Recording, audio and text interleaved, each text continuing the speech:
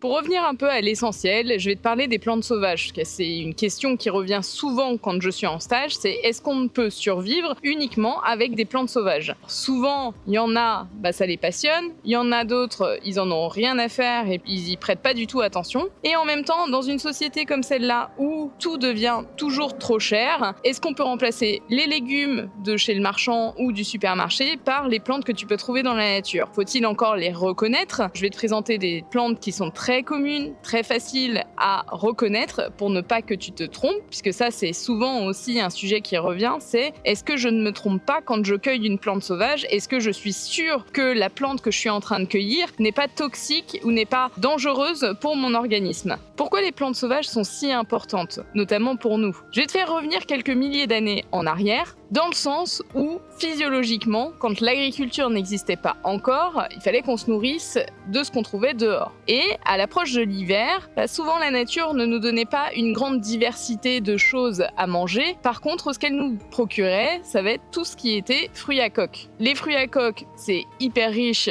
en oméga, et notamment en gras. Pour pouvoir pallier justement au manque de nourriture potentielle qu'il pouvait y avoir pendant l'hiver, le fait de pouvoir faire du gras avec ces fruits à coque était bénéfique pour nous puisque ça nous maintenait en vie et ça apportait quand même un besoin nutritionnel important pour qu'on puisse passer l'hiver. Pour faire simple, la nature vit à son rythme et nous, on vit au rythme de la nature. C'est pour ça qu'il y a des saisonnalités dans les plantes sauvages et que tu ne vas pas retrouver les mêmes plantes d'une saison à l'autre. On va voir quelques-unes dans cette vidéo qui sont très faciles à reconnaître. Je vais te passer tout le vocabulaire hyper technique, hyper scientifique et hyper botanique pour que ce soit plus facile pour toi de comprendre et justement de pouvoir les reconnaître assez facilement.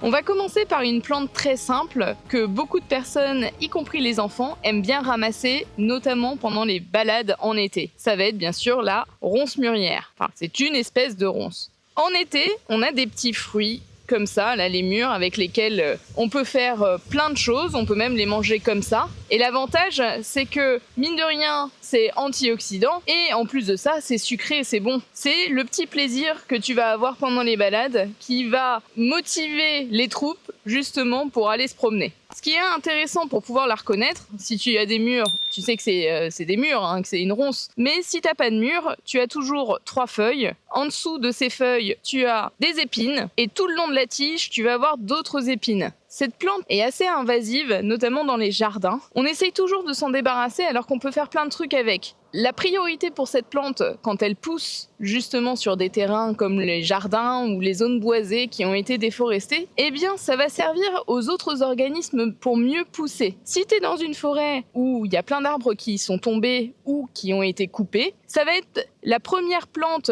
qui va pousser et qui va envahir toute la zone. Pourquoi elle fait ça? En fait, c'est pour protéger les petites pousses de nouveaux arbres qui vont commencer à pousser, pour pouvoir les protéger de plein d'attaques extérieures et pour leur donner la possibilité d'être tranquilles, de ne pas avoir trop d'agression et de pouvoir se développer. Donc c'est une plante qui est super importante. Mais en plus de ça, avec la tige, vraiment là, la tige suffisamment épaisse, tu peux en faire du cordage bien sûr, mais à l'intérieur, tu as une moelle qui est hyper riche en vitamine C. Tu la mâches un peu comme de la canne à sucre, après tu peux la recracher, mais elle va t'apporter quand même pas mal de vitamines et c'est ça qui est intéressant. Les feuilles, en plus d'être antioxydantes, elles sont très bonnes pour lutter contre les bronchites. Si tu sens que ta bronchite a du mal à passer, te faire des infusions de feuilles de ronce va t'aider à justement évacuer tout le mucus. Elle a un pouvoir expectorant. Et ça, c'est vraiment important, surtout pendant l'hiver. Le plantain, on en voit un peu partout, surtout sur les chemins qui ont été piétinés. Plantain, plante des pieds, ça te parle un peu? Eh bien, le plantain, là, on est en face d'un plantain lancéolé, puisque les feuilles sont en forme de lance. Pour pouvoir reconnaître le plantain, c'est assez facile. Déjà, ça pousse en rosace. Donc en touffe, si tu vois une feuille là, une feuille là, une feuille là,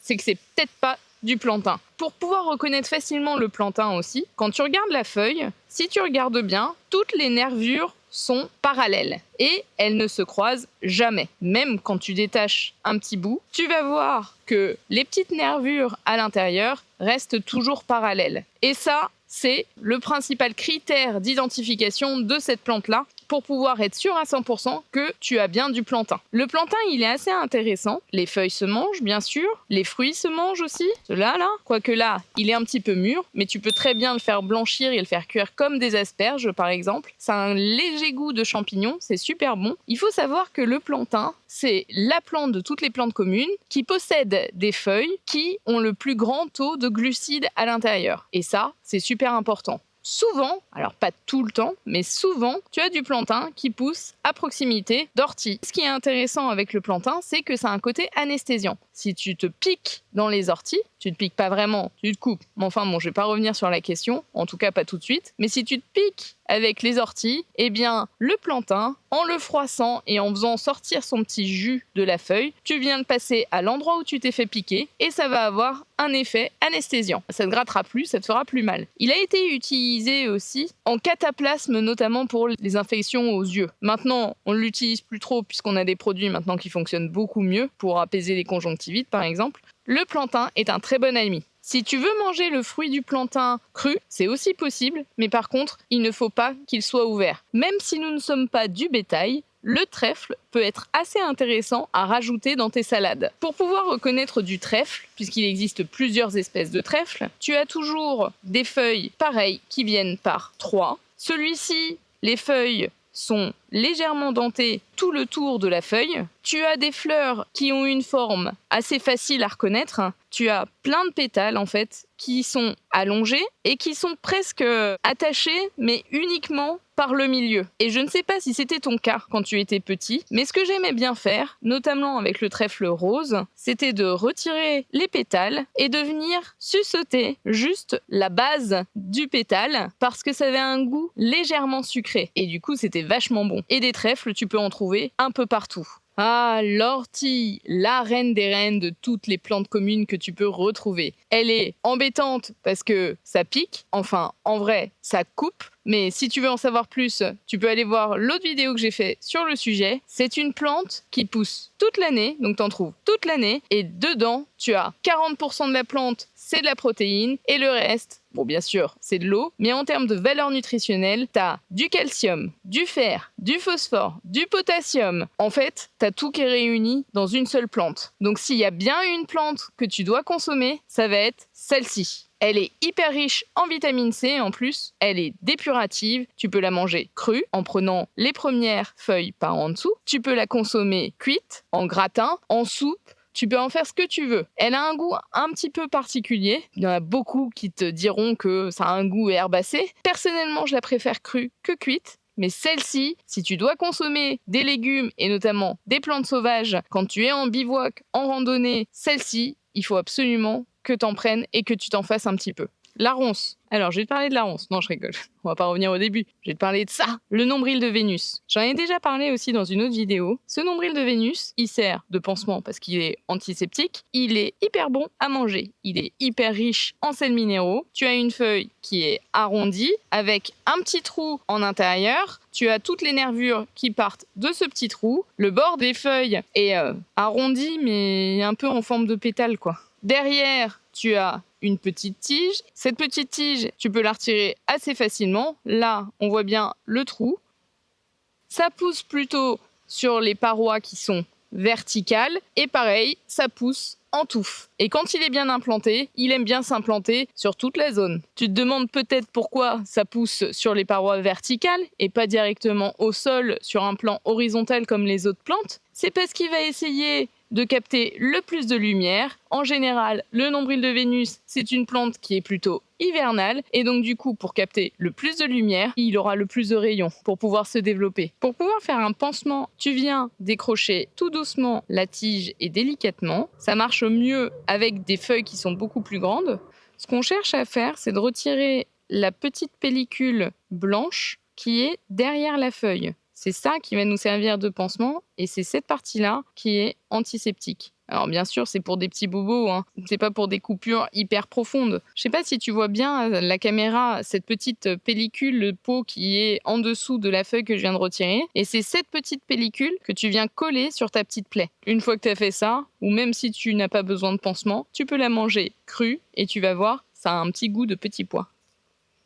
La sphaigne. Alors la sphaigne, dans certains départements, est assez protégée, donc il ne faut pas en prendre de trop. Du côté antiseptique, on a vu que le nombril de Vénus était antiseptique, mais la sphaigne c'est particulièrement antiseptique aussi. Bien sûr, la sphaigne ne se mange pas, mais par contre, savais-tu qu'elle était utilisée à la base pour pouvoir nettoyer les bébés quand les mamans venaient de les accoucher. Et il y a encore pas très longtemps, ça rentrait dans la composition des serviettes hygiéniques. Pour la reconnaître, il faut la regarder de plus près. Au niveau des rameaux, tu vas voir que la forme, ça rappelle un petit peu les sapins de Noël. Si tu n'as pas cette forme-là, c'est que ce n'est pas de la sphaigne. Là, tu vois cette forme-là.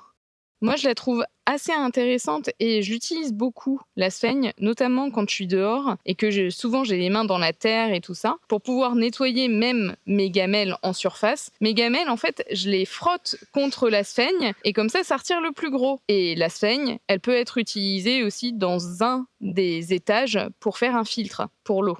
Pour terminer, je voulais te présenter une plante que beaucoup connaissent, c'est le pissenlit. Le pissenlit, ça fait des feuilles qui sont légèrement dentées à la base, allongées, un peu pointues au sommet, ça fait comme une espèce de petite lance. Tu as toutes les nervures qui sont en relief, elle part de la nervure centrale et elle fait des espèces d'arrondis sur les côtés pour les nervures secondaires.